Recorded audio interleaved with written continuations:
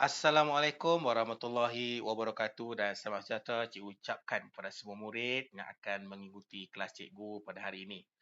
Baiklah, pada hari ini kita akan belajar satu lagi kemahiran penting dalam mata pelajaran bahasa Melayu iaitu kemahiran menulis. Baik, rentetan daripada latihan buku teks muka surat 33, murid-murid akan menguasai dengan lebih baik kaedah menulis dengan membuat latihan yang telah disediakan. Baiklah murid-murid, jadi kita lihat apakah arahan yang diberikan. Tulis perenggan isi dan kesimpulan bagi karangan yang bertajuk langkah-langkah untuk menghidupkan kembali semangat kejiranan yang semakin renggang berdasarkan maklumat yang diberikan. Jadi, arahannya sangat mudah. Buat satu karangan, langkah-langkah untuk menghidupkan kembali semangat kejiranan yang semakin renggang.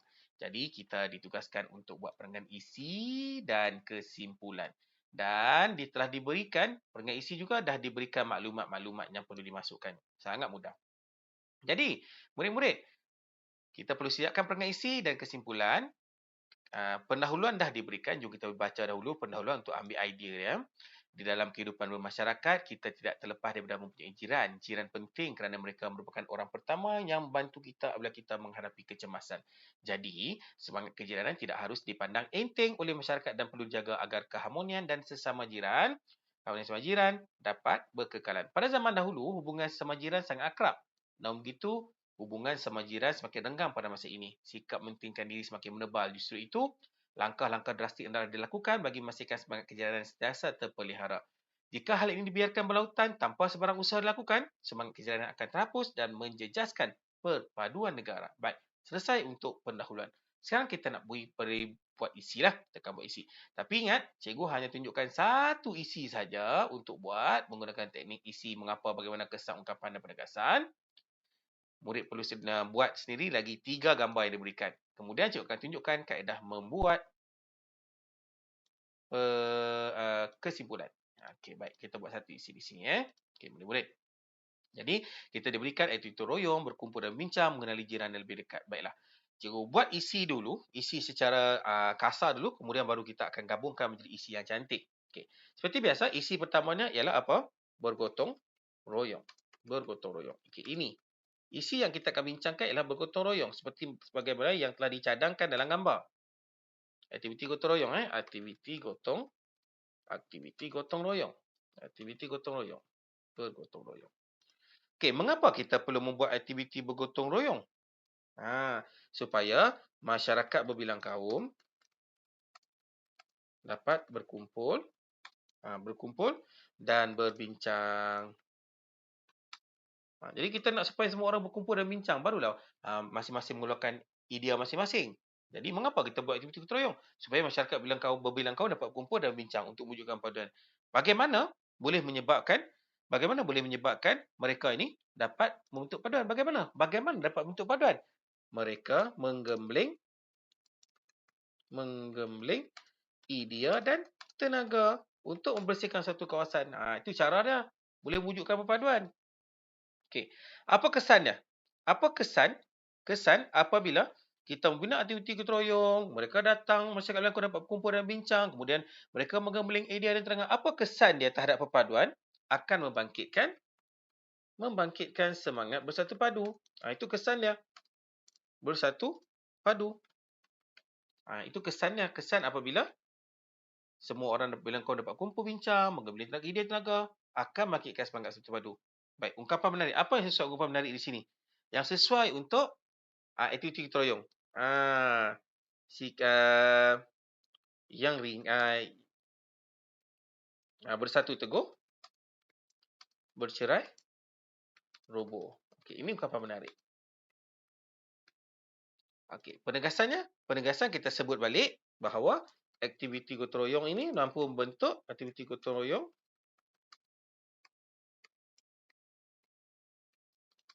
mampu membentuk perpaduan. Kita sebut balik isi pertama tersebut. Okey, baik. Jadi secara kasarnya kita dah dapat isinya. Iaitu isi aktiviti gotong royong. Mengapa masyarakat belangko dapat berkumpul dan bincang? Bagaimana mereka menggembling idea dan tenaga? Kesan membangkitkan semangat bersatu padu. Ungkapan menarik, bersatu teguh bercerai roboh. Penegasan aktiviti gotong royong mampu membentuk paduan. Jadi kita dah ada 6 aspek penting ni untuk kita jadikan sebagai intipati kepada isi kita. Dan sekarang barulah kita akan mulakan buat karangan. Baiklah, kita mulakan dengan isi. Amalan bergotong royong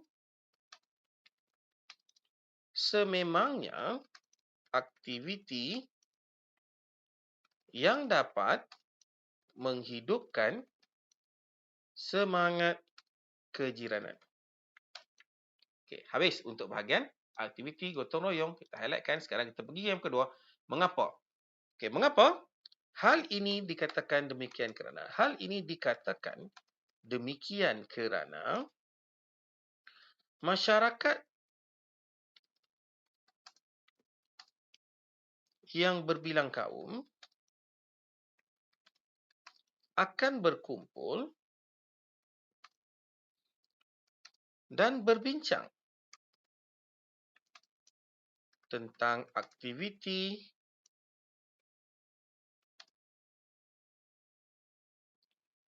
yang akan dilakukan untuk membersihkan taman, membersihkan kawasan-kawasan tertentu lah kan. Cikgu bagi siap-siap membersihkan taman perumahan mereka. Kita buat secara menyeluruh sikit. Okey, secara umum membersihkan taman perumahan mereka. Sebab kejiranan kan? Okey, kejiranan. So, membersihkan taman perumahan mereka. Baik, seterusnya. Selesai untuk bahagian ini. Bagaimana pula? Okey, bagaimana mereka boleh mewujudkan perpaduan, menunjukkan semangat kejiranan hanya dengan berkumpul tu? Okey. Mereka akan menggembling tenaga dan idea untuk membersihkan kawasan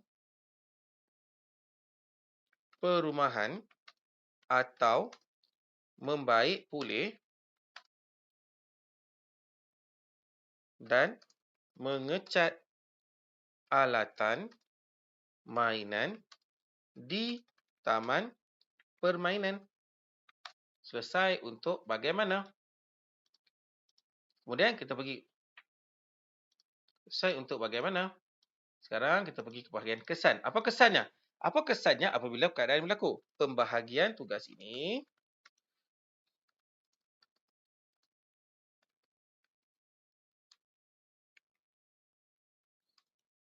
pembahagian aktiviti pembahagian aktiviti aktiviti semasa bergotong royong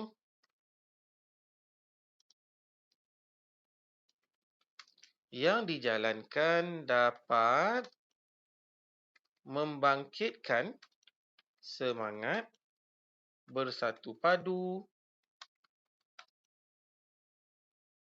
dalam kalangan masyarakat. Baik, selesai untuk kesan. Baik, selesai dah kesan. Kemudian kita pergi kepada ungkapan menarik. Ungkapan menarik ini perlu murid-murid untuk memastikan murid-murid mendapat makan yang baik. Okey, baik. Dengan usaha sebegini, masyarakat dapat mengenali jiran dengan lebih dekat dan mewujudkan semangat bersatu teguh bercerai roboh.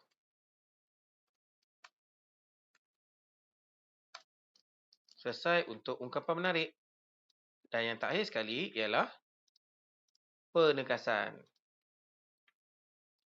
Seyogianya aktiviti gotong royong. Ini kita bagi penegasan. Kita sebut sekali lagi isi penting kita.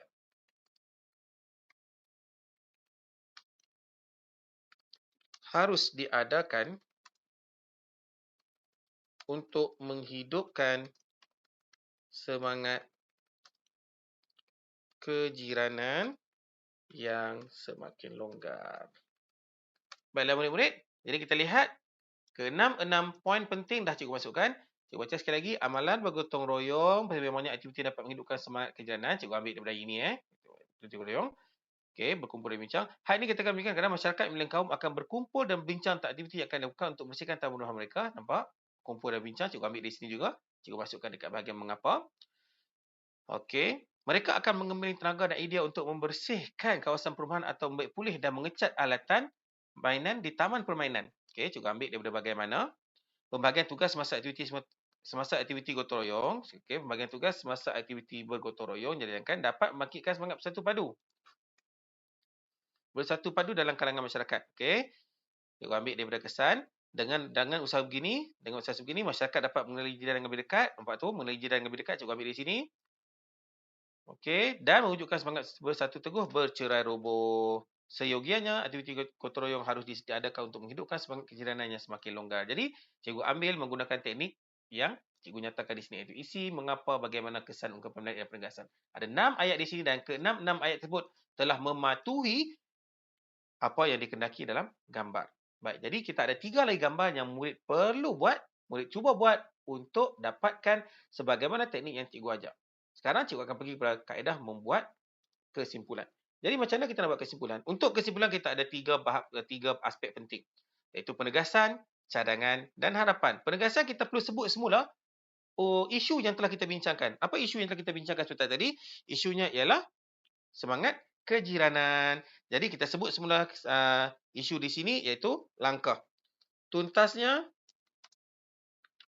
langkah menghidupkan kembali semangat kejiranan perlu dijalankan secara proaktif dan berterusan untuk mewujudkan semangat kejiranan yang tinggi dalam kalangan masyarakat. Okey, itu penegasan. Kita sebut semula isi, dan tugasan. Ni yang cikgu highlightkan ni. Kita sebut semula isi dan tugasan ni. Okey. Dalam penegasan. Kemudian cadangan. Kita perlu bagi cadangan. Okey, cikgu bagi contoh cadangan kat sini. Cikgu masukkan sedikit ungkapan menarik. Kata bidalan, orang berbudi, kita berbahasa. Maksudnya kalau orang buat baik pada kita, kita pun buat baik pada orang lain. Okey, orang memberi, kita merasa. Maknanya buat baik dibalas baik, buat jahat dibalas jahat lah, macam tu lah lebih kurang. Kita seharusnya